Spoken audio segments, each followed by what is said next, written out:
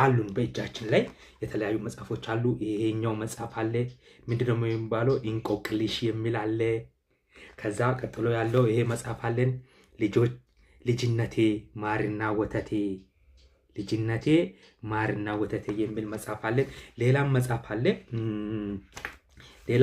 አለ አማርኛ እንግሊዝኛ እና ሂሳብ የልጆች መማሪያ የሚል መጽሐፎች አሉና ስለዚህ ልጆች እንዴት አድርገው በቀላሉ መንበብ ይችላሉ እንዴት አድርገው ያጠናሉ የሚለውን ነገር ልጆችን ቤት ውስጥ እንዴት አድርገን ማለማመድ እንችላለን የሚለውን ነገር ነው በቀላሉ የምናየውና ልጆች እኮ በየቀኑ ቤት ውስጥ ትንሽ ነገር ሳይበዛባቸው ከራሳቸው እድሜ ጋር ከራሳቸው አቅም ከራሳቸው አይምሮ ከመያዝ ችሎታቸው ጋር የተጣጣመ ትንሽ ነገርን ማንበብ ያስፈልጋልና ስለዚህ መጨረሻ አካባቢ ያዘጋጀነው በጣም አዝናኝ የሆነው እንትን ማዝናኛ አዝናኝ የሆነ ቁም ነገር መጨረሻ አካባቢ ስለምናመጣ ቪዲዮውን እስከ መጨረሻ ተከታተሉ የሚል ግብዣ አለን።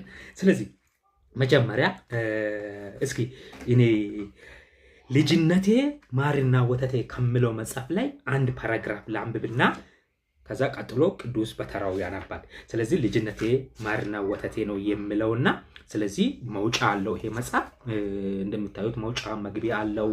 ከዛ ቀጥሎ የተለያዩ ርዕሶች አሉት። የመጀመሪያው ብልሁ ቁራ የሚል ነው የመጀመሪያውና እስኪ መግቢያውን ትንሽ አንብቤ ለልጆች የሚሆን ነው ይሄ መጽሐፍ በልጆች እድሜ አሁን ቅዱስ የኤልኬጂ ስለዚህ ሚድል ኬጂ ወይም ኬጂ 2 ላይ ነው ያለውና ስለዚህ ከሱ ጋር የሚሄደው ነገር ነው እያቀረብን ያለ ነውና በተለይ ልጆች ላይ ምናምን ነገር አንደኛ ክፍል እስከ 3ኛ ክፍል ያሉ ልጆችም ችግር የለውም እስከ 3 ከ4ኛ ክፍል በታች ያሉ ልጆች እንዴት አድርገው መንበብ ይችላሉ እንዴት አድርገው ራሳቸውን እንትን ይላሉ የሚለውን ነገር እንትን ለማድረግ ነው። መጀመሪያ መግቢያ አነባለሁ።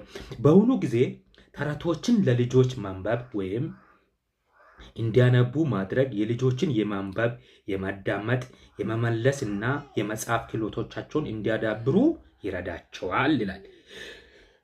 ቀጥሎ በተለይ የልጆች የማሰብ እና የማስታወስ ችሎታ ያዳብራል።